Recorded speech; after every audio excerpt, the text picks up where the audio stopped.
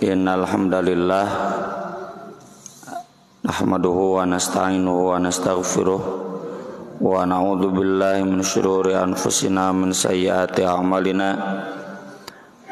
Asyhadu an la ilaha illallah wahdahu la syarikalah wa asyhadu anna Muhammadan abduhu wa rasuluhu alladzi la nabiyya wa la rasula ba'dah. Allahumma shalli wa sallim wa barik ala Muhammad wa ala alihi wa sahbihi wa man tabi'ahum bi ihsan, amma ba'd.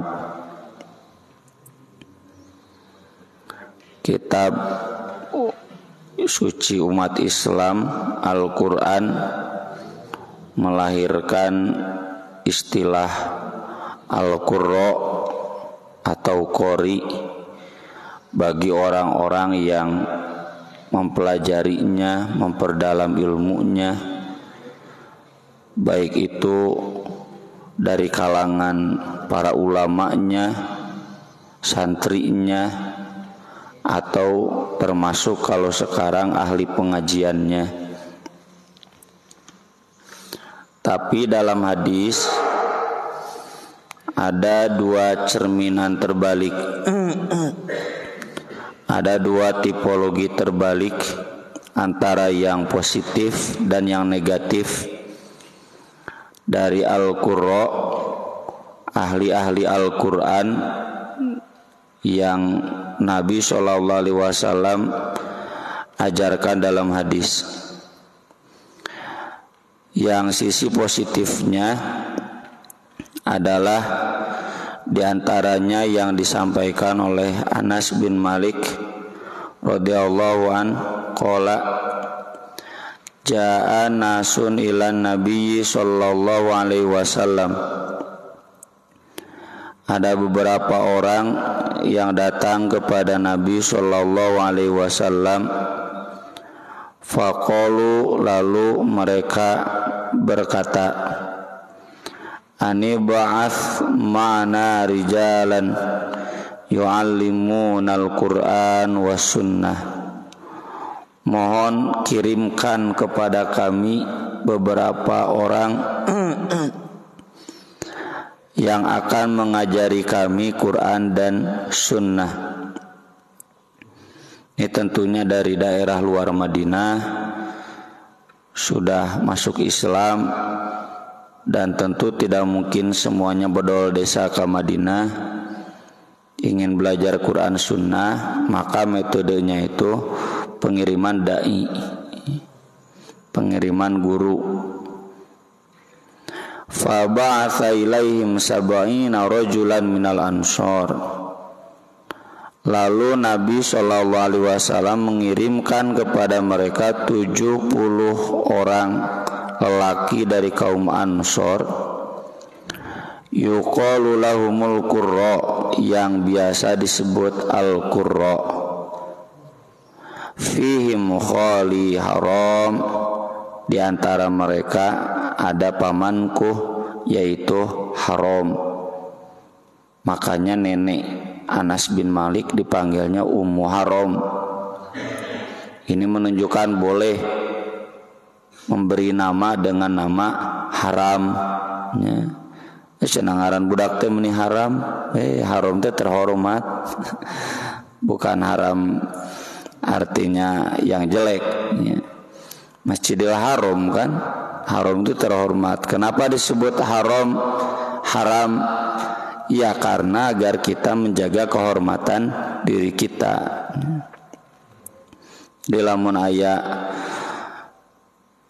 seorang bernama Haram tong sirik, ya, tong ditambahan jadah ulah. Haram itu nama yang bagus, ya, artinya terhormat, mulia. Ini adik ibunya karena kholi. Ini yang dikirim bukan Abu Bakar, bukan Umar, bukan yang senior-senior, atau qori-qori yang terkenal di zaman Nabi SAW. Kata Nabi, belajarlah Al-Quran dari 4 orang. Abdullah bin Mas'ud, ini yang senior. Ubay bin Ka'ab, Mu'adz bin Jabal, Zaid bin Sabit, dalam riwayat lain Zaid bin Sabit, dan Salim maula Abi Hudzaifah. Ya. Ini ahli-ahli Al-Quran yang jadi ustadna, ulamanya. Ini yang dikirim bukan mereka. Ini yang dikirim anak-anak muda, santri-santri, kalau sekarang remaja-remaja masjid. Tapi mereka sudah sampai level Al-Qurra, ahli-ahli karena Al-Quran. Dan Ibnu Hajar menjelaskan Al-Qurra ini semua orang yang mempelajari Quran rutin, disiplin, baik ulamanya, baik santrinya, termasuk jemaahnya pun itu sering dipanggil Al-Qurra, ahli-ahli Al-Quran. Dan tentu kita semua harus menjadi seperti mereka, karena Quran itu bagian dari kehidupan kita. Terbayang bayah 70 orang anak muda dikirim ke 1 atau 3 daerah, karena nanti disebutkan Ra'il, Zakwan, Salim, Bani Salim. Seandainya sekarang ada yang minta ke DKI Baitur Rahman, tolong kirimkan guru-guru Al-Quran, ayam mau 70 di dia yang sudah jadi ahli Quran. Di dia kurang cenah komo dikirimkan ka ditu. Kami ya dari PP Persis itu mengirimkan dai-dai ke daerah. Yang terakhir ini sudah 12 angkatan, itu baru 158. Yang akhir Desember ini mau diberangkatkan cuma 23. Hese, cari kader-kader muda yang siap diterjunkan, bukan hanya fisik, mental, tapi juga ilmu. Susah. Tete 2-3 ayeuna teh kasebutna banyak. Biasa nama 10, 15. Itu rata-rata sarjana dari IAI ya, STAI Persis, yang siap mengajar. Kenapa yang muda-muda bukan yang senior? Ya zaman Nabi juga di karirima nomor muda-muda ya. Jamaah-jamaah yang barunya. Kalau yang senior kan kayak Umar, Abu Bakar sudah punya posnya ya. Lalu nanti mereka kembali diganti lagi gitu. Ini 70. Ini 23 itu dikirim ke 23 titik dari mulai daerah Sumatera Utara sampai Papua ya. Iya mah 70 TK mungkin 3 titik ya. Berarti ada di daerah lain yang sama seperti ini, jumlahnya banyak. Ini kaderisasi Al-Quran di zaman Nabi sangat masif, karena memang kegiatan pendidikannya juga masif. Perhatian umat pada Al-Quran sungguh sangat besar. Meski kita tahu ya, sebagaimana sering kita bahas, para sahabat itu profesinya bukan ustadz semua. Ada yang politisi, ada yang pedagang. Kita pernah bahas Abdurrahman bin Auf. Abdurrahman bin Auf itu pedagang, tapi ada Al-Qurra ya. Ini yang dikirim juga. Ada yang profesinya macam-macam, tapi ada Al-Qurra. Ini pendidikan Islam itu sebagaimana didasarkan, disabdakan oleh Nabi SAW, khairukum man ta'allamal Qur'an wa 'allamahu. Sebaik-baik kalian yang belajar Al-Quran dan mengajarkannya. Itu kan penafsirannya itu yang ahli biologi juga belajar Al-Quran. Nanti mengajarkan biologi itu tidak lepas dari nilai-nilai Al-Quran. Yang ahli ekonomi juga belajar Al-Quran. Lalu ketika mengajarkan ekonominya itu tidak lepas dari nilai-nilai Al-Quran. Mantap mampu mengislamisasi ekonomi.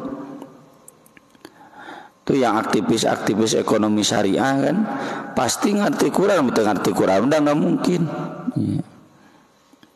Itu gambaran pendidikan zaman Nabi. Apalagi Nabi sendiri mengatakan man yuridillahu bi khairan yufaqihu fiddin. Orang yang Allah kehendaki kebaikan, dia pasti paham dalam agama. Paham itu bukan berarti harus jadi ulama. Paham itu kata Ibnu Hajar dasar-dasar agama.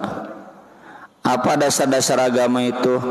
Sederhana, cuma 3: Quran, hadis, fikih. Piraku tara ngaji Quran ya umat Islam, piraku tara ngaji hadis, dan masa tidak tahu fikih. Minimal fikih ibadah, fikih muamalah dagang, fikih pernikahan yang sehari-hari. Masa nggak tahu? Kalau nggak tahu nanti nggak khairan, nggak baik, jelek. Ya. Maka dari itu, ini para sahabat selalu semangat. Ya. Di kita kadang ada aneh-aneh. Orang tuanya semangat, budaknya teh semangat diajar agamanya. Ada juga sebaliknya, anaknya semangat, kolotnya tengah dukung. Yang klop dua-duanya susah. Kebanyakannya yang orang tuanya semangat, budaknya teh sarumangat. Sudah jadi generasi YouTuber sekarang yang drakor. Susah diarahkan untuk rajin belajar agama. Dan ini kita saksikan sendiri tadi 4 sab. Ayah budak ngorana, ayah hiji 2. Ya, ini zaman Nabi tidak begini. Ya, mereka rajin, makanya dikirimkan 70 orang. Ya. Dan mereka sudah Al-Qurra. Kenapa mereka disebut Al-Qurra? Yaqra'un Al-Qur'an, mereka membaca Al-Qur'an. Wa yatadarusuna bil-lail, dan tadarus. Tadarus itu kayak Nabi dengan Jibril, menyetorkan bacaan, menyetorkan hafalan.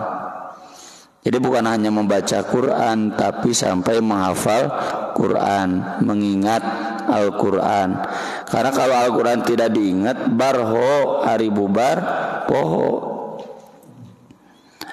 Yata'allamun, mereka juga mempelajari Al-Quran. Bukan hanya belajar tajwidnya, bukan hanya belajar tahfidnya, tapi juga dengan tafsirnya.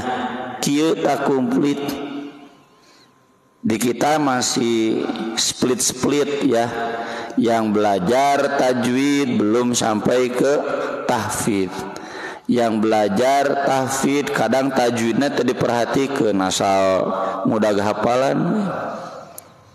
Yang belajar tahfidz tidak sampai mengkaji Al-Qur'annya. Yang mengkaji Al-Qur'an, wah, nih mubalik bagus menjelaskan Al-Qur'annya, ngaji Qur'an nanti tararajong. Ya. Banyak split-split nih, generasi split. Ini disebut Al-Qur'an itu begitu. Ini susah nih ya, cari yang begini susah kan. Jangankan level jamaah pengajian, level ustadz nawege susah. Ada banyak, tapi ya banyak juga yang susah. Ya ustadz itu pinter mun ngimaman kulhu deui jeung palak bin nas deuna da teu maju-maju hafalanna. Ini mubalik teh pinter. Kadang imam masjid teu maju-maju hafalanna. Kenapa? Kegiatan Al-Qur'annya kurang bagus. Nah, di zaman Nabi itu jamaah pengajian itu begini tipologinya. Nanti di riwayat lain ada satu lagi yusallun. Bukan hanya belajar Quran, tapi juga ahli sholat malam. Dan ini sudah sering kita bahas. Di kita kadang santri dialajar ngapalkun sampai malam. jam 11 teh dikontrol teh keneh hurung kelas teh kamu geura tidur tanggung saja lagi semangat dihudangkeun tahajud hese. Sering saya ingatkan, seimbangkan antara ilmu dan amal, antara dunia dan akhirat. Buat apa berilmu banyak kalau amalnya jelek? Memang santri itu sok loba dalil. Apaan cenah Ustaz? Sekali mempelajari satu ayat itu lebih baik daripada sholat malam. 2 ayat Al-Quran itu lebih baik daripada sholat malam. Iya maksudnya, tapi lain tinggalkan sholat malam. Nilai pahalanya itu lebih baik daripada sholat malam. Tapi bukan berarti ngaji Quran sholat malam ngedul atau eta maka boromak taning dallah ang taqulu mala taf'alun. Ilmu dikaji ai amal goreng patut. Memang Nabi begitu, Nabi tukang ngaji Quran jelas. Tara sholat malam, sok. Ini patokannya Nabi saja. Kita kan teladan utama itu suatu nasana Nabi. Nabi gi ahli Quran, tukang ngaji, udah sholat malam tidak kelewat. Itu hanya menjelaskan pahala, ya. Ini ibaratnya Bapak Jumatan tuh kan pahalanya 10 hari, Pak ya. Jumat ke Jumat plus 3 hari. Da dihitung atuh ku Bapak. Sabulan teh pere Jumat sekali. Nah pada Jumatan sekali apaan cenah ieu pahalana geus leuwih teuing. Da jiga kitu pan bodor. Ya hadis-hadis yang menjelaskan pahala bukan berarti dijadikan dalih untuk meninggalkan amal sholih. Nah ini mohon maaf Pak ya yang sering kita saling mengingatkan, bapak-bapak, ibu-ibu,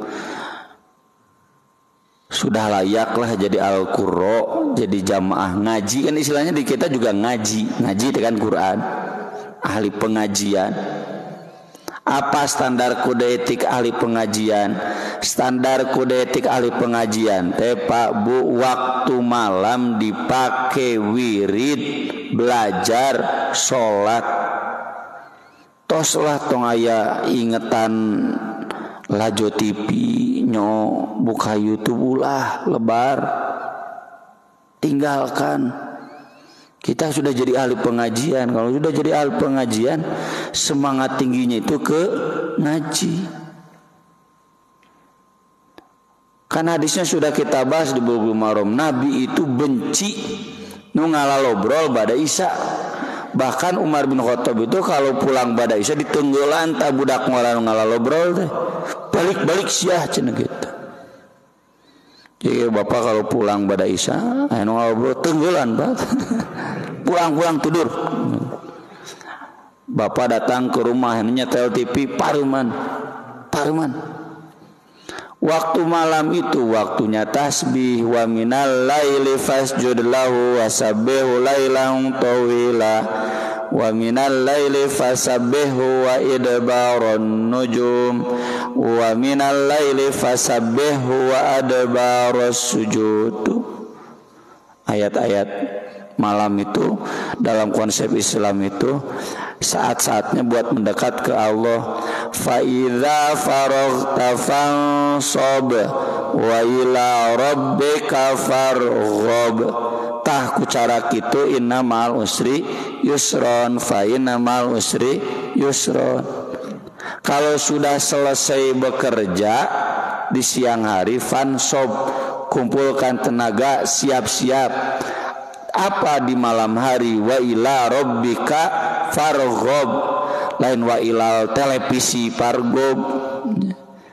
Tamplokeun pargob itu semua keinginan kita, semua harapan kita kepada Allah. Kalau sudah selesai bekerja teh tinggal ayeuna ngadoana, wiridna, tasbihna. Kita lelah dunia tipe ting teh mikiranna naon?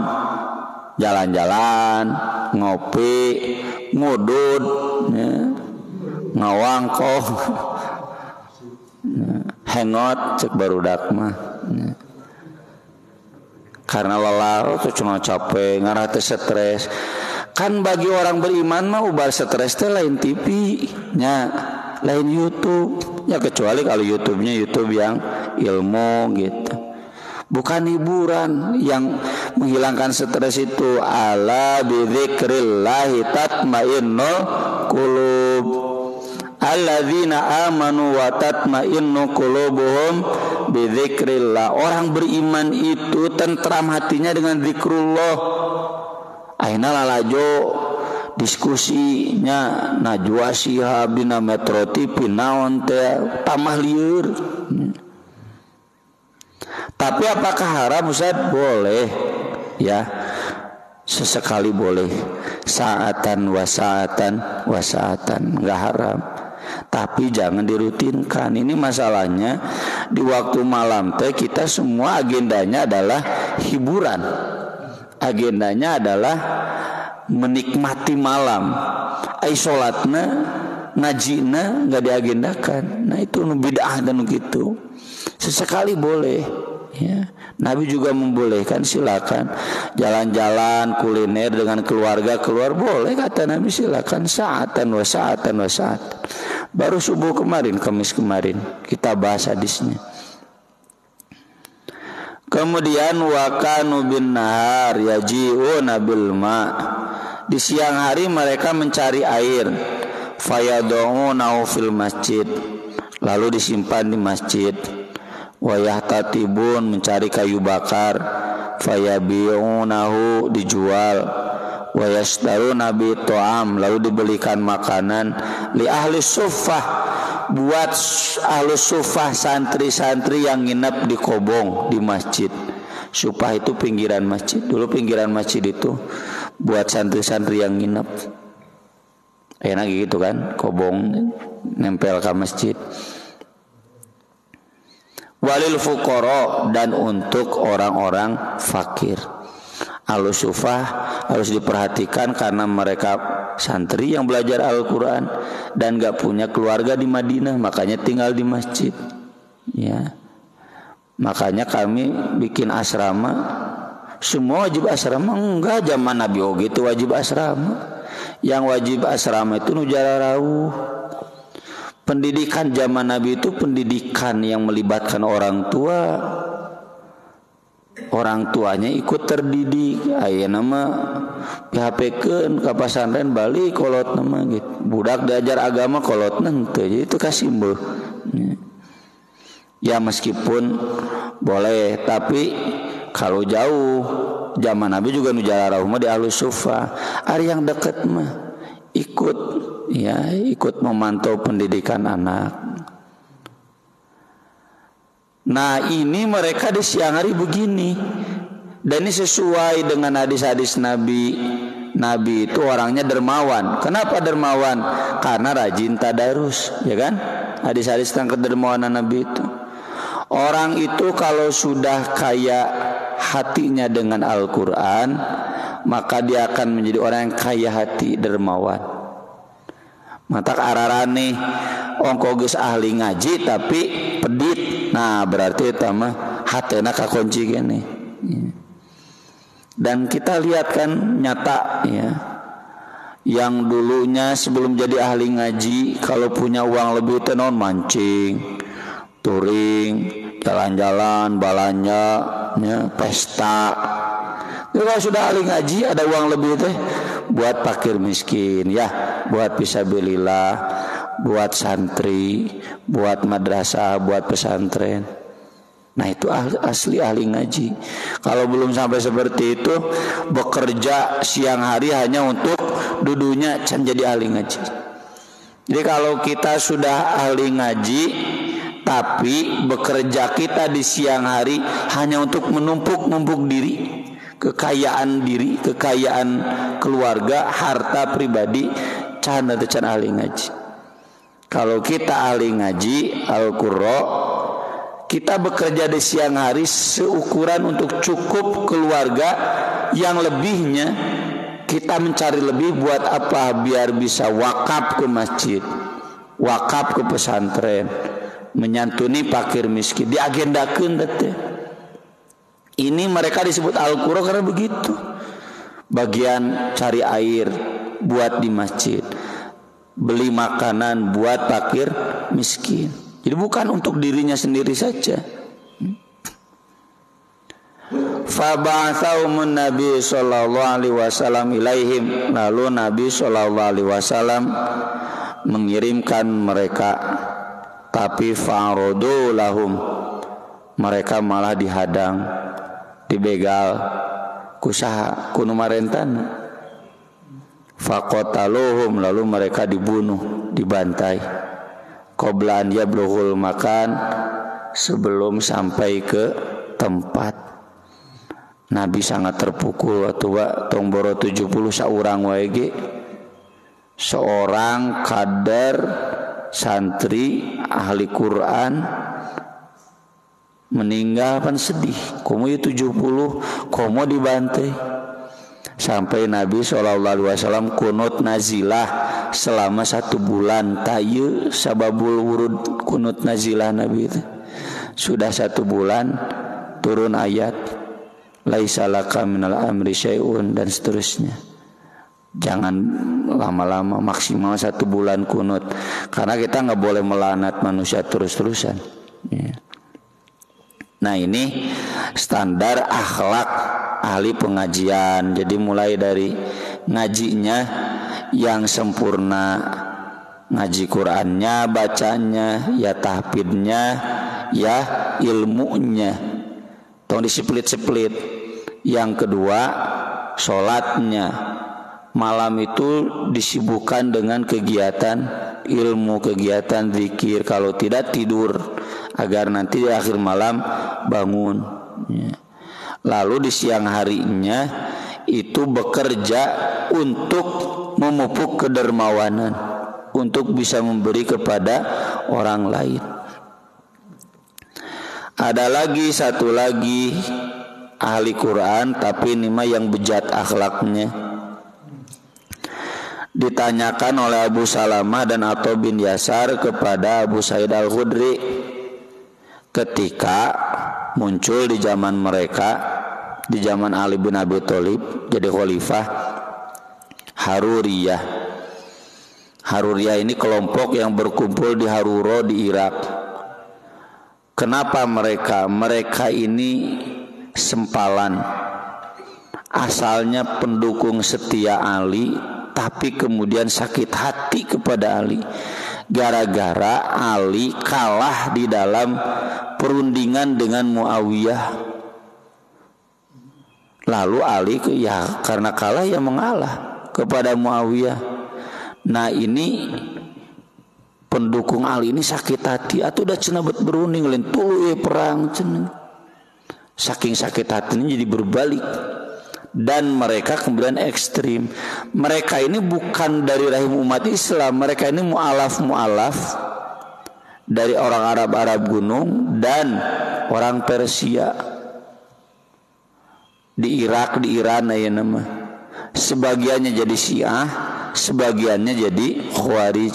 Kalau yang Syiah yang tetap memuja-muja, Khawarij yang kemudian membenci. Kuduna cenah terus si mengadon ngalehan ka Muawiyah. Mungkin gak jauh bedalah dengan pendukung Prabowo hari ini ya. Asalna ngadukung kamari ayeuna nyeri hate lalumpatan ka Anies. Atuh da cenah beut ngilu ka Presiden Jokowi keuleuh cenah gitu. Berbalik. Tapi bapak-bapak hati-hati, jangan ekstrim. Jangan sampai seperti Khawarij. Haruriyah ini nanti disebutnya Khawarij. Khawarij itu yang menyempal, yang keluar, yang menyimpang. Mereka ekstrim sampai memfatwakan Ali halal darahnya. Hati-hati. Bapak-bapak nu ngewa ka Prabowo Jokowi, jangan sampai halal darahnya. Kafir ulah. Sesat anu gitu teh ahli ngaji nu lieur. Haruriyah itu begitu. Padahal uniknya ini Haruriyah ini ahli Quran, ahli sholat, ahli saum. Sholat umat Islam dibanding Haruriyah nggak ada apa-apanya. Sholat wah di dia mah taraweh setengah jamnya, leuwih ti setengah jam ngambak ibu-ibu Haruriyah mah 2 jam tarawihna. Saumna bapak-bapak Senin Kemis oge abot. Haruriyah mah nepikeun ka saum Daud. Tapi mereka ekstrim. Ya, ekstrim teh apa? Menghalalkan darah Ali. Dan kemudian terbukti Ali bin Abi Thalib dibunuh. Mereka juga menghalalkan darah kaum muslimin. Saya di satu sisi sependapat meski tidak seluruhnya. Ketika kemarin NU mengusulkan ke pemerintah agar melarang Wahabi cenah gitu. Nah, radikal. Iya ada yang radikal itu ngelah menyebut Wahabi atau sarua jeung nampiling Muhammadiyah nya versi Salafi ngajak gelut. Kan mereka Wahabi tanda kutip enggak radikal ya. Versi Muhammadiyah Salafi tetap memfatwakan ikut pemilu ya. Ada pesantren Salafi di Karawang terkenal. Ada orang tua santri libur bu, libur. Kenapa? Kata ustadznya harus pulang. Semua santri pulang harus nyoblos. Nah itu Salafi yang asli. Soalnya pan pesantren nutu diliburkan pemilu gitu menang nyoblos. Nah kafir negara teh eta Salafi palsu jeneng.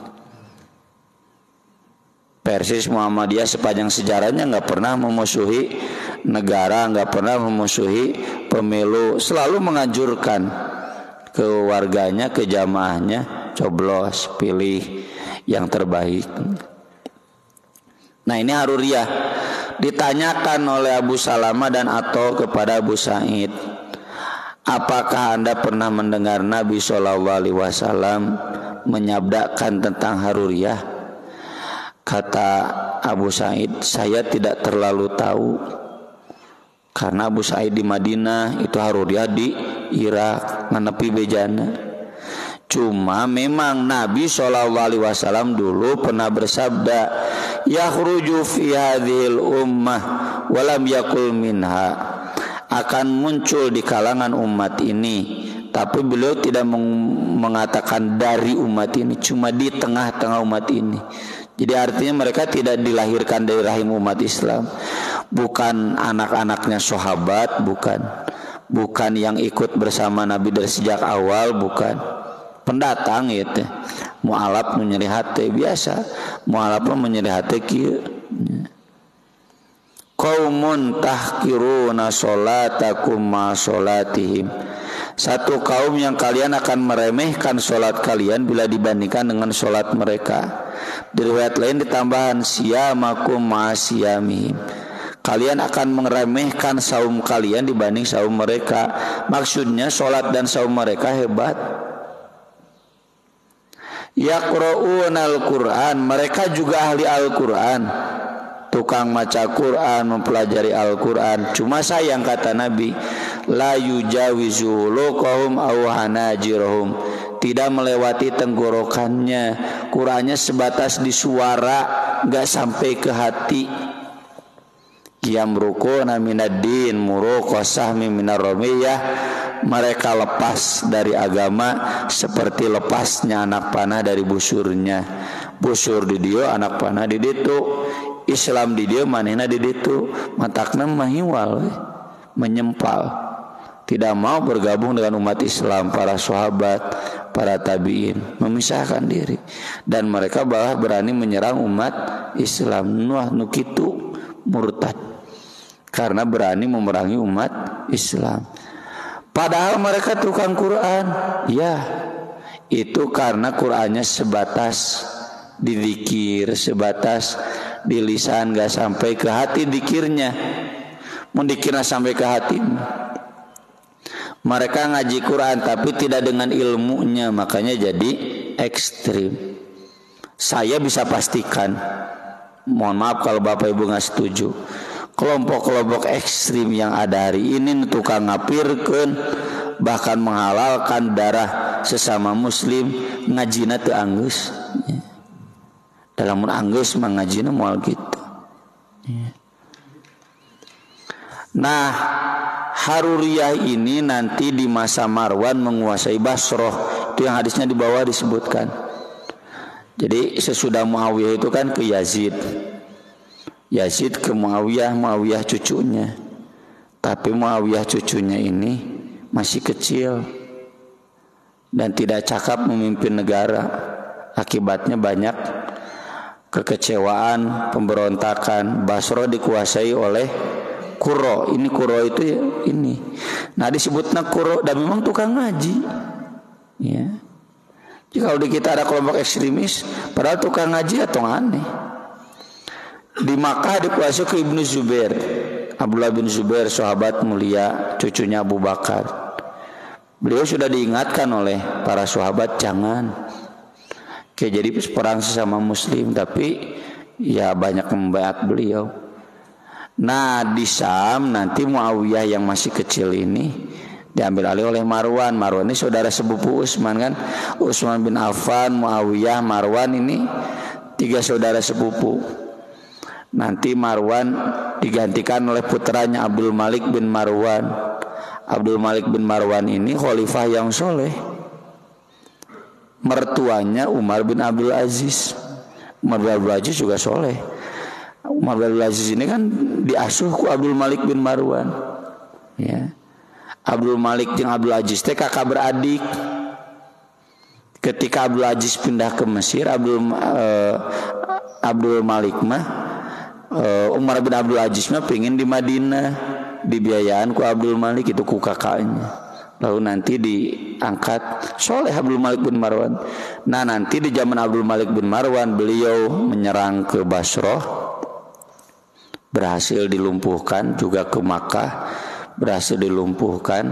Nah hiji deui zaman Abdul Malik bin Marwan sampai Umar bin Abdul Aziz, khalifah soleh. Nah ketika itu terjadi, di dia aya khalifah, di ditu aya khalifah, di dia aya khalifah. Bayangkeun di Bandung aya presiden, di Jakarta aya presiden, di Aceh aya presiden gitulah. Ditanyakan ke sahabat Abu Barzah, gimana ini satu negara meniloba presiden aja. Dan kalau udah jadi presiden otomatis para orang persis juga di Suriah lah. Di dia ISIS, di itu Al-Qaeda, di dia Jabhat Nusrah, di dia tentara resmi para orang kan. Kata Abu Barzah, semuanya nggak ada yang karena agama, semuanya karena dunia. Kalau betul karena agama, Anda pasti ngariung musyawarah lain perang. Pilih sah khalifah gitu kan, kayak Ali dengan Muawiyah.